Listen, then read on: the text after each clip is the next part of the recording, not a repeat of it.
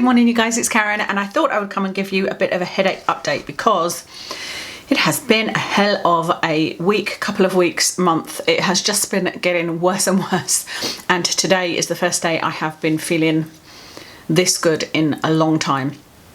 Long may it last. I don't know how today's filming.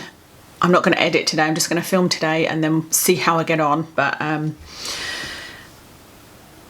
I can't remember the last update I gave you. Actually I can. It was the HRT update, and I talked about how I thought that it hadn't been perfect, it hadn't suddenly been an amazing cure, but I was definitely feeling better. I had less of a foggy brain, and I was feeling that the foggy brain wasn't necessarily related to the migraines. I'd still had headaches, not necessarily migraines, but nothing had been unbearable, and I'd had more good days than I had before, I think was what I was saying. After I filmed that video, I was in agony for the rest of the day. I obviously jinxed it and I felt terrible, and I've basically felt terrible ever since. That was 2 weeks ago. I did have one small time where I felt okay. I went on my exercise bike and I did some filming, and then I felt terrible again. So I think what I need to do with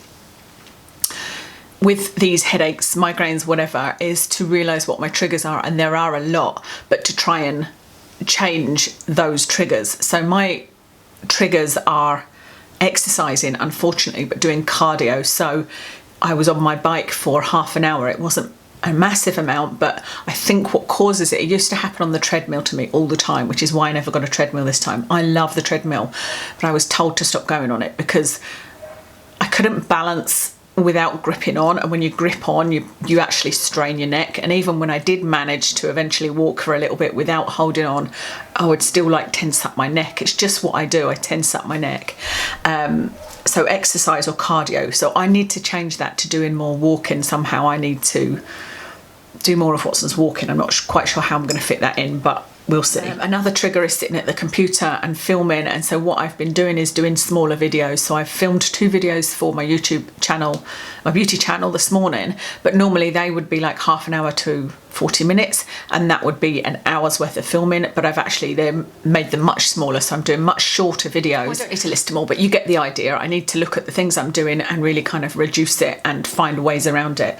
But when these headaches started getting bad, I've just been desperate, and I've been looking into everything, and I got a couple of things. One of the things I got was this, which is you basically put it on just like so. I'll put it on now and show you. So let's make sure it's the right way up. So I start with it, and that's going to then be the wrong way up. I'll start with it upside down and put my arms through it like this, and then flip it over the back. Now I don't know whether non-hypermobile people would be able to do this because you have to reach back and switch it on. And then, I don't know whether you heard that buzzing, but if I lean forward, no, so you have to set it upright. Let me switch it off and on again. So sit in the right position while it's buzzing, and then it should be, it's now not working. And there we go. Okay, let me move it up a bit.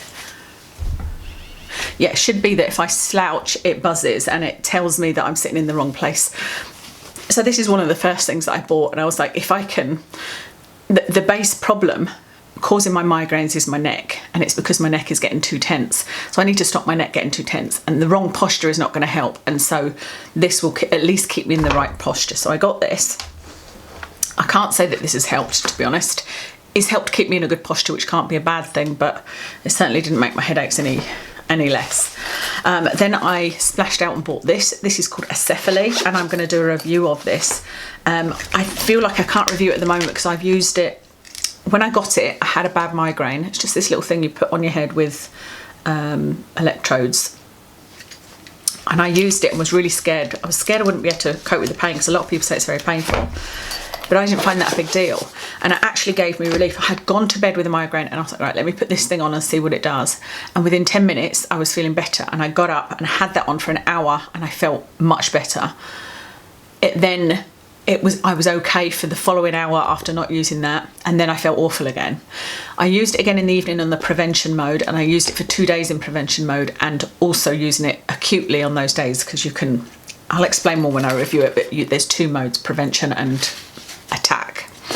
And I just felt awful. And so I haven't used this for 3 days, and I'm now starting to feel better. So I don't know whether this was making things worse or whether it was just a really bad episode. So I need to try it again.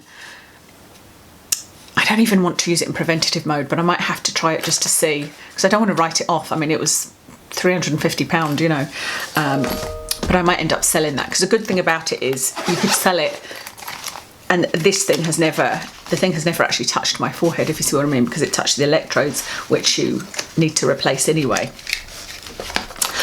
So I got that. I also had an emergency appointment with the doctor because I was just in so much pain, and I have been told to reduce my codeine, which I have been doing. What the neurologist was telling me was that codeine can make your headache worse, and he's not just talking about, you know, medication overuse headaches, rebound headaches. He said it can actually make migraines worse. So I was like, right, okay, I really need to reduce the amount I'm taking, always thinking that what I was taking was helping my headache. You know, I'd take a paracetamol and the full dose of codeine.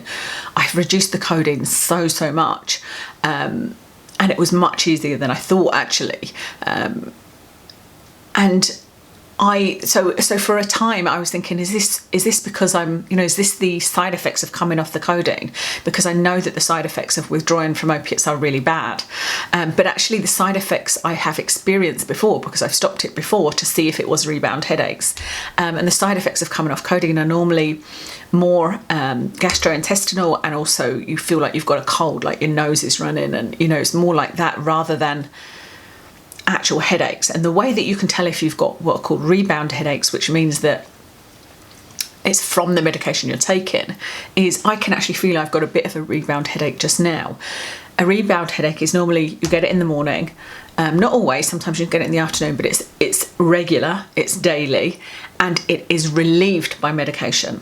And these migraines that I've been having have not been being relieved by my codeine or paracetamol. So I know that that aspect was not a rebound headache. When I spoke to the GP, they were saying I could have, in fact, the neurologist told me this anyway, said you could have rebound headaches on top of your migraines whilst reducing codeine, but that was the best thing to do. So I had reduced the codeine. I was wondering, you know, is this what's going on? Is this just making the situation worse? What's happened? But I didn't want to increase the codeine again when I'd gone to all that bother of reducing it. So I phoned the GP and had this consultation. She was very good, I have to say, because I was crying my eyes out. I had started off, I wasn't going to go to the GP. I was just going to go and ask for over-the-counter sumatriptan. Sumatriptan is something that I was given many years ago. I took one tablet at work and I felt like hell. I felt like I was going to faint. I was dizzy. I felt sick. And I remember Kev had to leave work and come and pick me up from the hospital. The hospital I was working in, I wasn't in hospital.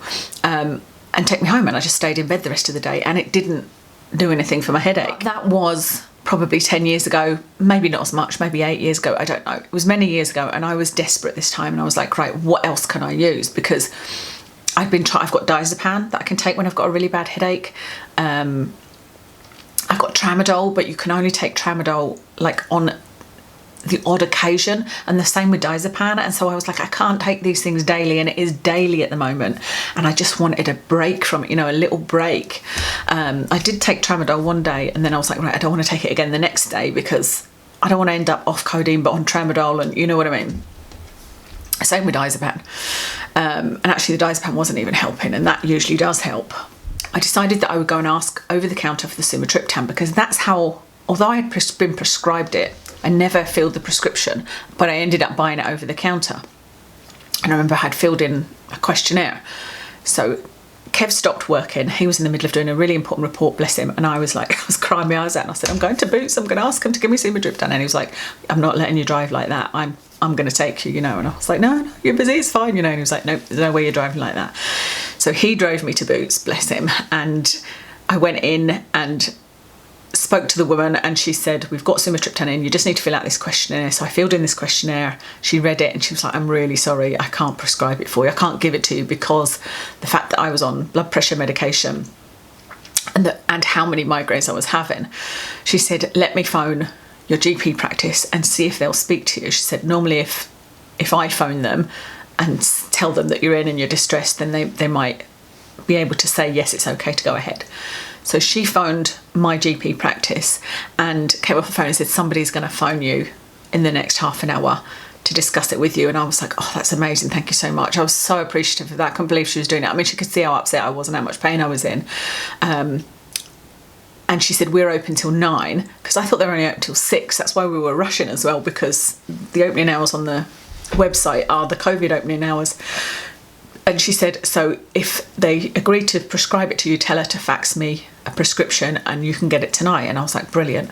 So we got in the car and said we might as well just head home, because although it was 20 minutes away, we were like, I don't know when she's going to phone or whatnot. So anyway, this woman phoned and she was really, really good, and she was talking through everything. And the first thing she said was, you need to not be on HRT tablets.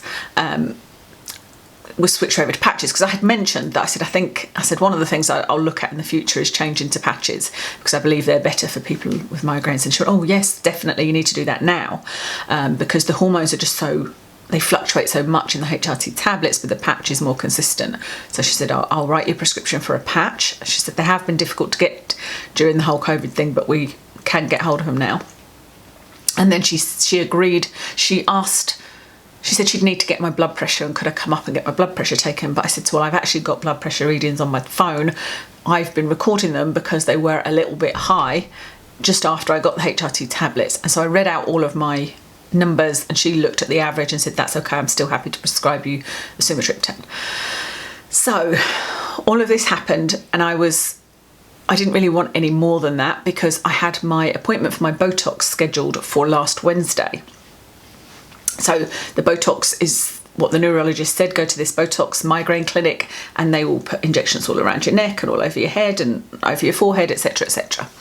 So that's what I was looking forward to, if you like. However, I got a call a couple of days before my appointment was due and was told that unfortunately that appointment had to be rescheduled, and that the next available appointment was 16th of December.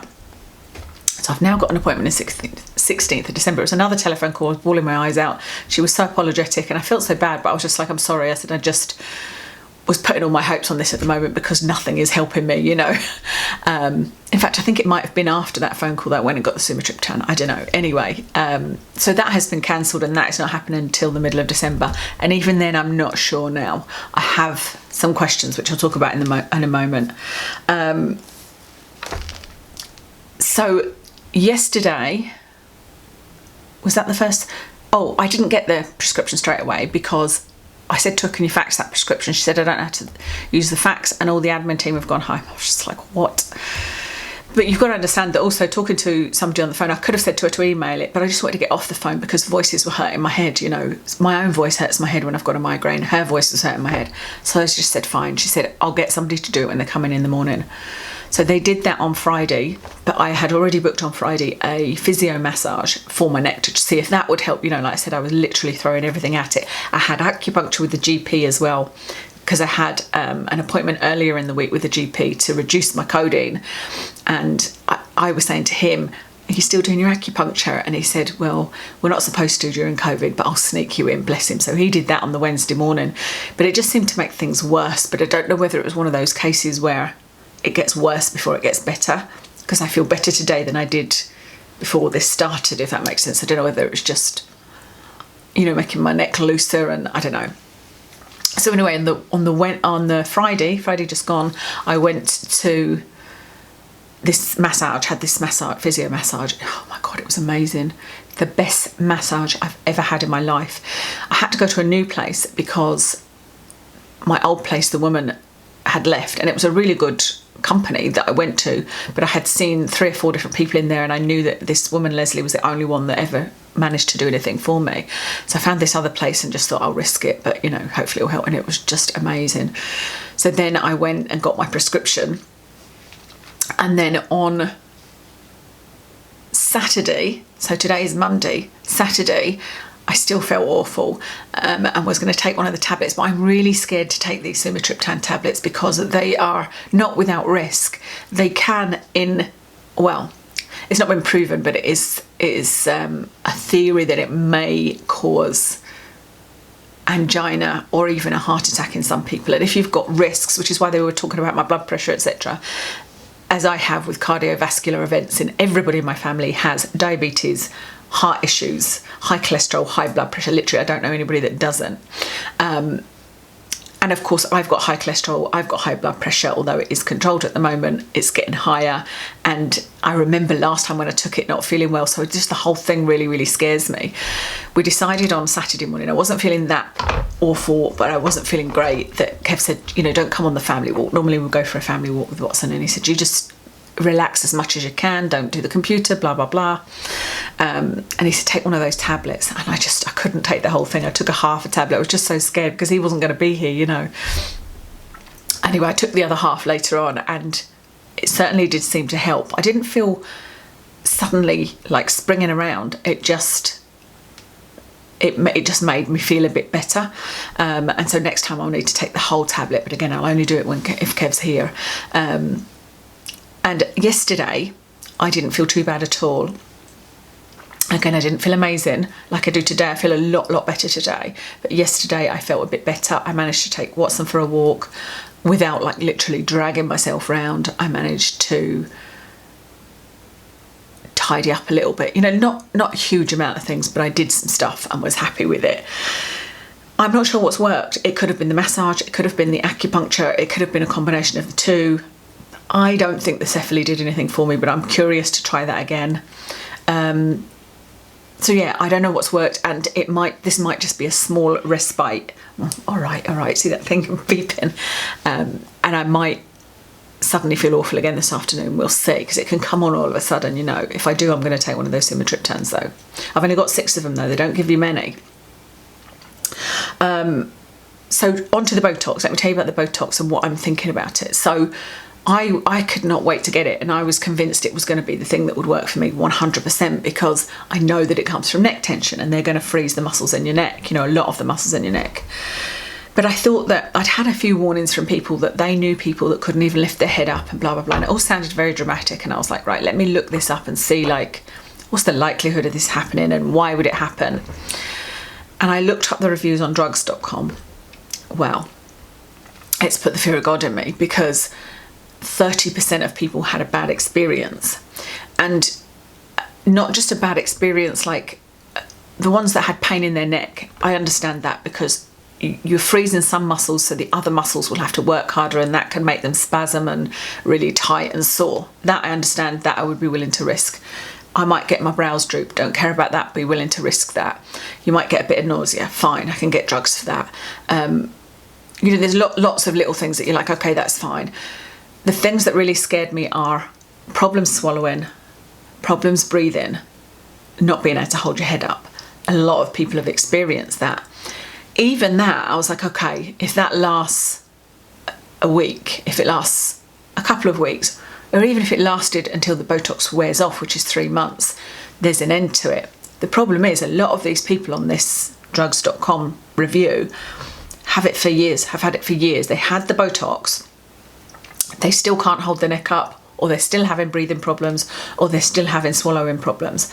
I already have swallowing problems. I don't need anything to add to that, you know. And so I was telling my husband about it, and he is now not keen for me to have it done either. What we were talking about was the fact that when I've had my injections in my eyes to try and get a brow lift, you know, to try and get eyes to be like that, I have seen about, over the last 10 years, I've seen about 15 different people for Botox, I would say. Yeah, that would be about right. Out of those 15 people, none have been, you know, they've all been like nurses, plastic surgeon, dentist, neurologist. They've all been qualified medical professionals. 4 of them have got it right out of those 15. About 4 of them have got it very wrong, as in my eyebrows drooped, and the rest, there just was no effect, so they didn't put enough in, or whatever, I didn't put it in the right place. That means that it shows you how skilled you have to be to get this Botox in the right place, so that in itself is a concern.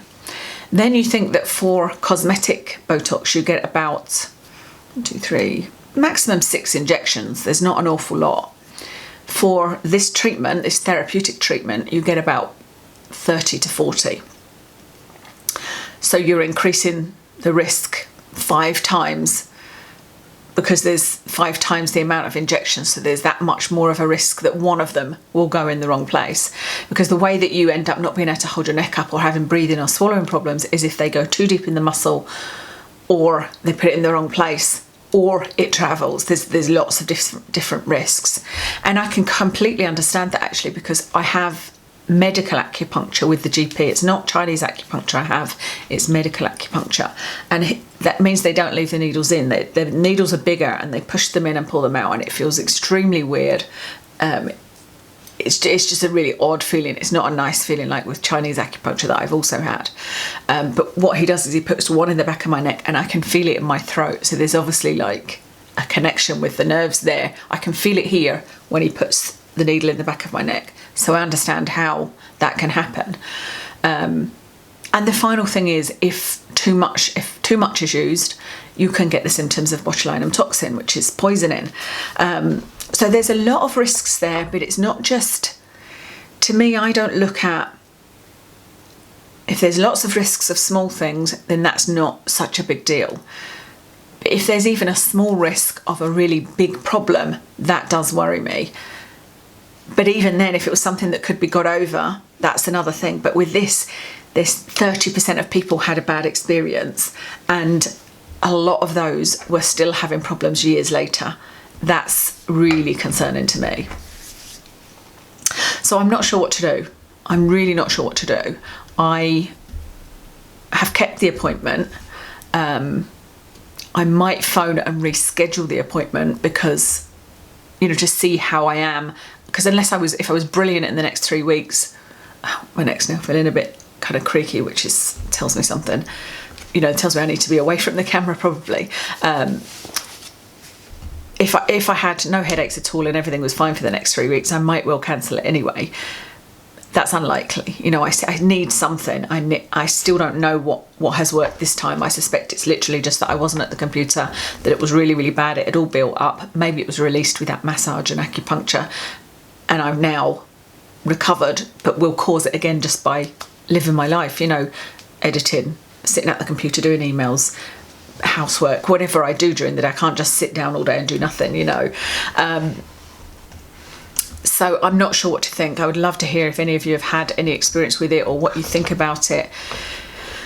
Yeah, like I said, Kev's not keen on me getting it done either, so I think I may well cancel it and reschedule it, just so that I've got more time to think about it, more time to research it. Because the irony is, when you've got headaches, or when I've got headaches anyway, I can't do as much research as I like, because I can't look at a screen and I don't want to read words and things like that. So I've got my HRT patch, by the way, and no issues with it whatsoever. I stopped taking the tablet the following day because she told me these are likely to be making it worse. That immediately meant I started bleeding, of course, because she did tell me you'd get breakthrough bleeding anyway with the patches. So I hope that doesn't last for too long. But I put the patch on and it has stuck on. I need to change it today. I put it on Friday. You need to change it twice a week. You get the first 2 patches are estrogen, then the next 2 are combined. So I've stuck that just on the top of my thigh, and I may try used acetone before putting that on. Acetone, no, alcohol. 70% alcohol I used, and it stayed on through me soaking in the bath twice over the weekend, and yeah, no problems at all with that. So I shall change that today. I think that's everything to update you on.